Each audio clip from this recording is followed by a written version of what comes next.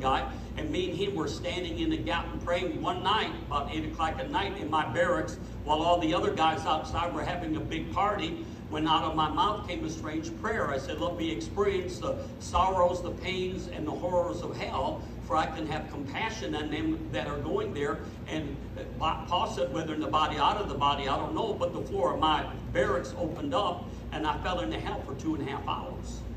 I mean, radically changed.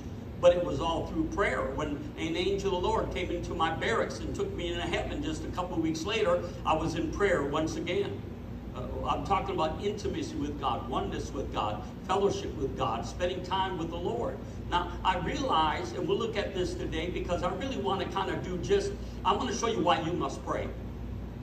And I've got a book called Why You Must Pray, because a lot of people, they don't understand why they need to pray. And of course, I got another book which is not here right now, but it's the different types of prayer. There's actually 10 major types of prayer in the Bible.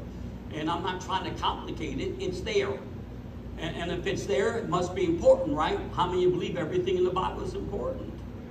And matter of fact, the reason why the Father sent the Son was because he could find no one to make up the hedge or stand in the gap.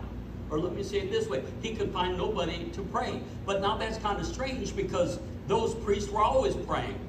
But remember, he's looking for those who will worship him in spirit and truth. For in other words, you know, there's a difference between shallow prayer and selfish prayer and, you know, just traditional prayer. Hey, when I was a Catholic, I mean, I could pray the Our Father and the Hail Mary faster than the rappers.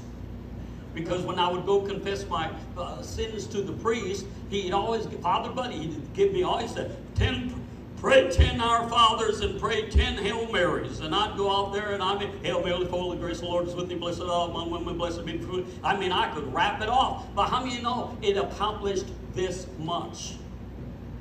Our prayers should accomplish a lot. Our prayers should accomplish a lot. That's why I taught last week, when you ask in faith believing.